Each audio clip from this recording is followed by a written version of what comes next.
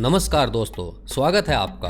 दोस्तों, आज हम आपको इस वीडियो में बताएंगे भगवान शंकर और कृष्ण के बीच हुए एक भीषण युद्ध के बारे में। जी हाँ दोस्तों, आज हम आपको एक बहुत ही रोचक कहानी सुनाने जा रहे हैं जो कि शायद ही आपने सुनी होगी। महाप्रतापी एवं दैत्यराज बलि के 100 पुत्रों में से बड़े पुत्र का नाम बाणासुर था और वो बचपन से ही भगवान शिव का बड़ा भक्त हुआ करता था। वह बाणासुर बड़ा हुआ तो हिमालय पर्वत की चोटियों पर भगवान शिव की तपस्या करने लगा। बाणासुर की तपस्या से प्रसन्न होकर भगवान शंकर ने उसे सहस्त्र बाहुबल का आशीर्वाद प्रदान किया और वरदान दिया। शिव के इस वरदान से अत्यंत बलशाली हुए बाणासुर के सामने कोई भी नहीं टिक सकता था।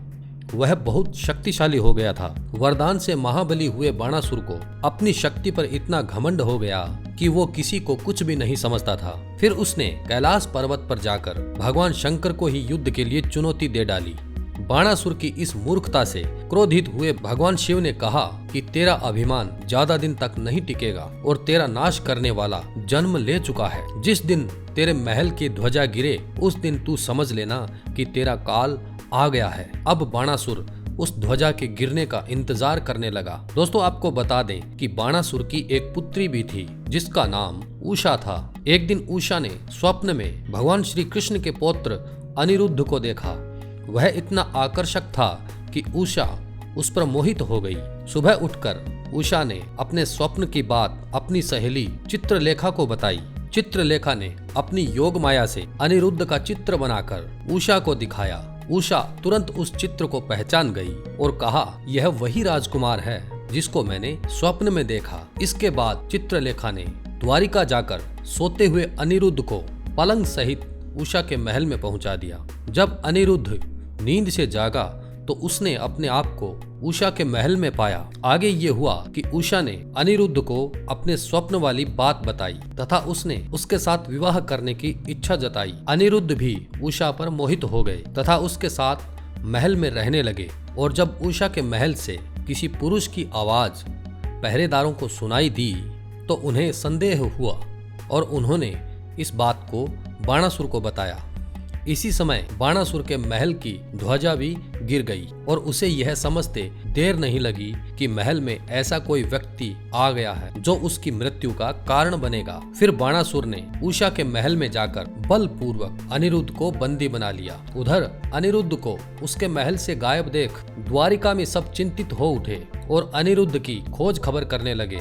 देव ऋषि नारद द्वारिका पहुँचे तथा उन्होंने श्री कृष्ण को बताया कि उनके पौत्र अनिरुद्ध को बाणासुर ने बंदी बना रखा है। नारद की बात को सुनकर भगवान श्री कृष्ण बलराम को साथ लेकर युद्ध करने के लिए चल पड़े। इस दौरान बलराम ने बाणासुर की सेना को मार गिराया। भगवान श्री कृष्ण और बाणासुर के बीच भीषण युद्ध होने लगा। जब बाणासुर ने श्री कृष्ण का पलड़ा भारी होते हुए देखा तो उसने भगवान शिव को याद किया। बाणासुर की पुकार सुनकर भगवान शिव ने अपने रुद्रगणों की सेना लेकर उनको युद्ध में भेजा, परंतु उन्हें बलराम और श्री कृष्ण से युद्ध में पराजय का सामना करना पड़ा।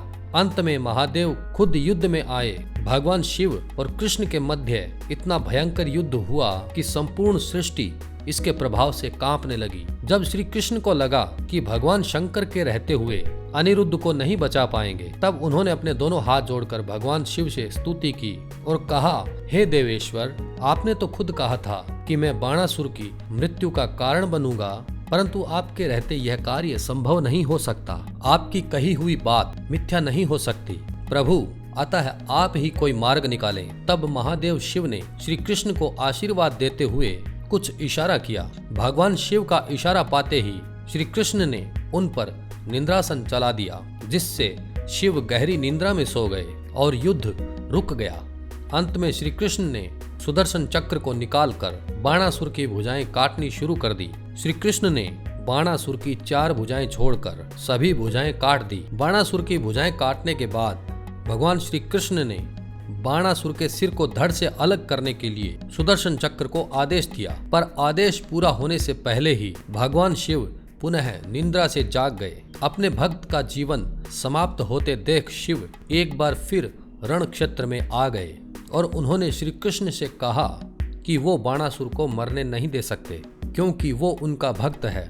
इसलिए या तो तुम मुझसे पुनः युद्ध करो अथवा इसे जीवन दान दो।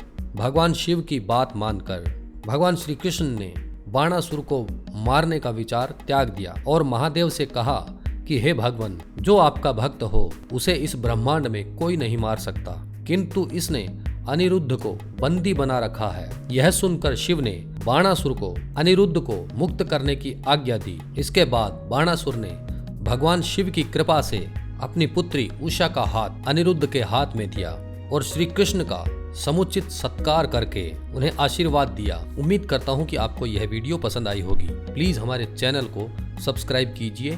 धन्यवाद।